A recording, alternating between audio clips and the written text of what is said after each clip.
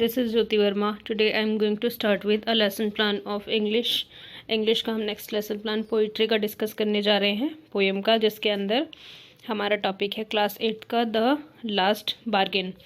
ये हमारा टॉपिक है 8th क्लास का। इसके अंदर सबसे पहले हम हमारी ब्लैक बोर्ड एंट्रीज देखते हैं कि कौन कौन सी एंट्रीज हम करते हैं। Date, class, subject, topic, period, duration, ये सारी चीज़ें हम ब्लैक बोर्ड पर एंट्रीज में लिखते हैं।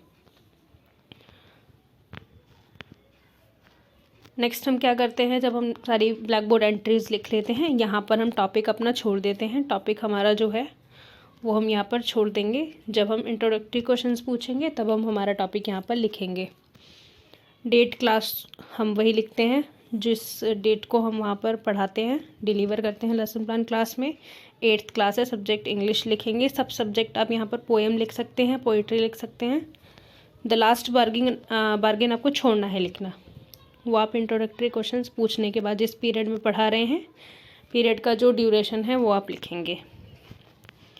जनरल ऑब्जेक्टिव्स हैं आपके, इनमें आपको 4 to 5 जनरल ऑब्जेक्टिव्स लिखने होते हैं। ये जनरल ऑब्जेक्टिव्स होते हैं इंग्लिश के।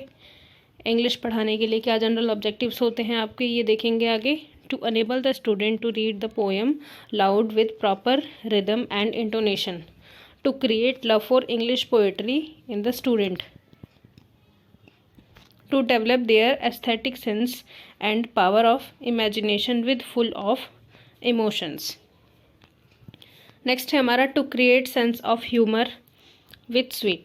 तो ये हमारे पास 4 हमारे जनरल ऑब्जेक्टिव्स हो गए। अब हमारे पास है next specific objectives. Specific objectives हमारे होते हैं नॉलेज, अंडरस्टैंडिंग, एप्लीकेशन और स्किल। 4 हमारे स्पेसिफिक ऑब्जेक्टिव्स होते हैं। जो हमारा नॉलेज है वो नॉलेज के लिए होता है कि बच्चों के अंदर ये नॉलेज है। The student will able to know about the poem, मतलब वो इस नॉलेज को लेंगे, गेन करेंगे, इसके बारे में जानेंगे। अंडरस्टैंडिंग में क्या है, student will be able to understand that money, power, beauty are short living and worthless. उसके बाद हमारा एप्लीकेशन है। एप्लीकेशन में हम क्या करेंगे, the students will able to apply their knowledge in answering all questions, मतलब इस पोइट्री से रिलेटेड जितने भी क्वेश्चंस बच्चे नोटबुक में करेंगे वहाँ पर अपनी नॉलेज को अप्लाई कर सकते हैं। स्किल्स में क्या आता है, students will be able to develop their skill by this poetry, मतलब इस पोइट्री के ज़रिए बच्चे अपना लैंग्वेज का या फिर अदर चीज़ों का, उसको पढ़ने का, ये सारी स्किल्स गेन कर सकते हैं। आगे चलते हैं, इसमें देखते हैं टीचिंग एड। टीचिंग एड हमारा कौन सा होता है, टीचिंग एड हमारे 2 तरीके के होते हैं जो हम लेसन प्लान को डिलीवर करते वक्त यूज़ करते हैं, वो हमें यहाँ लिखने होते हैं। 2 तरीके के टीचिंग एड्स हैं हमारे, जनरल और स्पेसिफिक। जनरल जो जनरली हम यूज़ करते हैं, chalk, duster, pointer, black board, book, ये हम जनरली यूज़ करते ही करते हैं हर क्लास में, हर लेसन प्लान के अंदर। स्पेसिफिक में आता है हमारा, जैसे हमने चार्ट, मॉडल या कोई रियल ऑब्जेक्ट या कोई फ्लैश कार्ड, अगर ऐसी कोई भी चीज़ दिखाई है बच्चों को चैप्टर से रिलेटेड, वो चीज़ें हमारी स्पेसिफिक में आती हैं।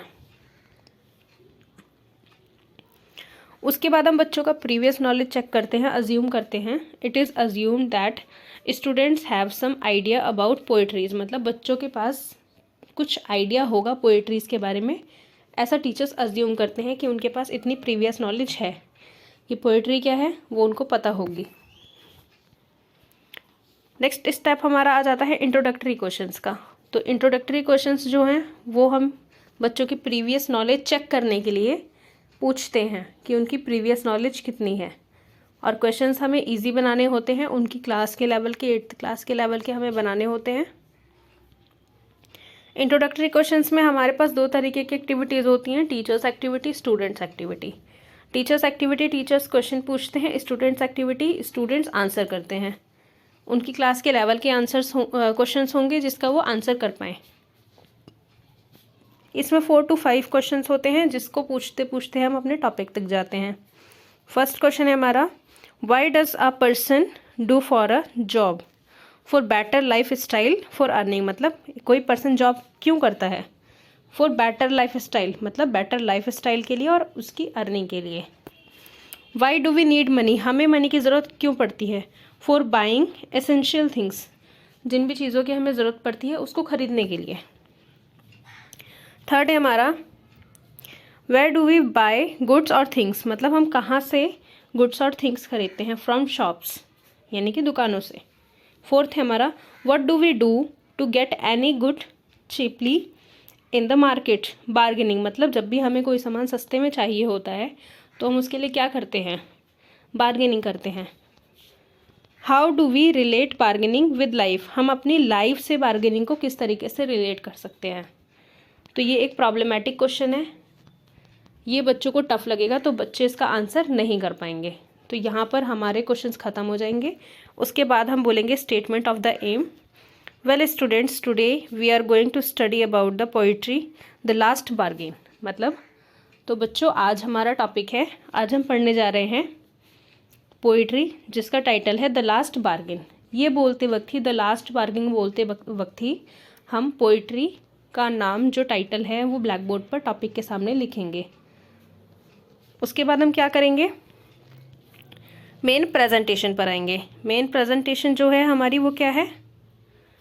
मेन प्रेजेंटेशन में हमें 5 कॉलम्स बनाने हैं। Teaching points, teachers activity, students activity, teaching ads, methods, techniques, black board work, evaluation, ये हमारे मेन कॉलम्स होंगे। इसमें कोई कॉलम बिहेवियरल ऑब्जेक्टिव का या अदर 1-2 कॉलम ऐड भी हो सकते हैं, लेकिन जिस तरीके से आपको इंस्ट्रक्शंस मिले हैं उस तरीके से आप अपने सारे लेसन प्लान को बनाएंगे। सबसे पहले पोएट्री का फर्स्ट स्टेप होता है हमारा मॉडल रीडिंग। मॉडल रीडिंग में क्या है? Pupil teacher will read the poem with correct pronunciation with rhyme and rhythm and explanation, मतलब टीचर जो है, प्यूपल टीचर जो है वो रीड करेंगी पोएम को करेक्ट प्रोनाउंसिएशन के साथ, सारे वर्ड्स को करेक्टली बोलेंगी, सही राइम और सही रिदम और सही एक्सप्लेनेशन यूज़ करेंगी। Students will listen carefully and attentively, मतलब बच्चे ध्यानपूर्वक सुनेंगे। सेकंड हमारा स्टेप क्या है इसके अंदर? Pronunciation drill. जब हमने रीड कर दिया उसके बाद जो भी इसके अंदर टफ वर्ड्स हैं, थोड़े बड़े वर्ड्स हैं जिनको बोलने में बच्चों को दिक्कत आ रही है या बोल नहीं पा रहे, तो इस तरीके के वर्ड्स को हम प्रोनाउंस करवाते हैं, तो इसे बोलते हैं pronunciation drill. Pupil teacher will try to pronounce difficult words to student, मतलब प्यूपल टीचर उनसे बोलने के लिए कहती हैं ये डिफ़िकल्ट वर्ड्स को। Student will repeat the words with correct pronunciation, बच्चे टीचर्स के साथ साथ उन वर्ड्स को रिपीट करते हैं। जो वर्ड्स आपको रिपीट करवाने हैं बच्चों से, प्रोनाउंसिएशन करवानी है, वो वर्ड्स आप ब्लैक बोर्ड पे लिखते हैं और उसका मिनिएचर आप यहाँ पर लगाते हैं। थर्ड स्टेप हमारा क्या है? मीनिंग ऑफ डिफ़िकल्ट वर्ड्स, मतलब पूरे ही पोइट्री को पढ़ाने के बाद, रिसाइट करने के बाद teacher will write the meaning of difficult words on the black board and will explain the words, मतलब टीचर क्या करेंगी? सारे ही डिफ़िकल्ट वर्ड्स के मीनिंग को ब्लैक बोर्ड पर लिखेंगी और उसे एक्सप्लेन करेंगी। Student will write the meaning in their notebook, मतलब अपनी नोटबुक के अंदर स्टूडेंट्स क्या करेंगे? अपने सारे वर्ड मीनिंग्स लिखेंगे और वर्ड मीनिंग्स जो ब्लैक बोर्ड पर लिखी हैं, ब्लैक बोर्ड का एक मिनिएचर आप यहाँ लगाएंगे, जैसा कि इसमें आप देख रहे हैं लगा हुआ है। नेक्स्ट हमारे पास फोर्थ हमारी एक्टिविटी क्या होती है? फोर्थ स्टेप हमारा इमिटेशन रीडिंग बाय स्टूडेंट्स, फिर बच्चे रीड करते हैं। Pupil teacher will ask some student to recite the poem individually, बच्चों से कहती हैं टीचर्स कि आप इंडिविजुअली एक एक करके पोएम को पढ़िए। Some student will recite the poem and other will listen carefully, मतलब कुछ स्टूडेंट्स इंडिविजुअली रिसाइट करते हैं पोएम को और अदर स्टूडेंट्स केयरफुली उसको सुनते हैं, अपनी बुक में देखते हैं। फिफ्थ स्टेप हमारा क्या है? Pupil teacher will ask some question about the story, मतलब कॉम्प्रहेंशन क्वेश्चंस स्टूडेंट से कौन पूछती हैं? Pupil teacher.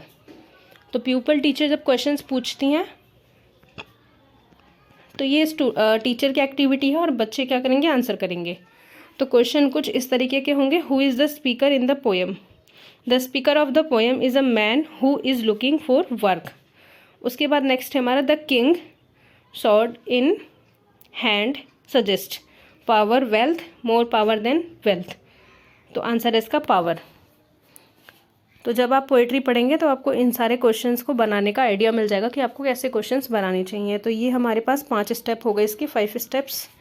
उसके बाद आप क्या करेंगे? रिकैपिचुलेशन के क्वेश्चंस पूछेंगे।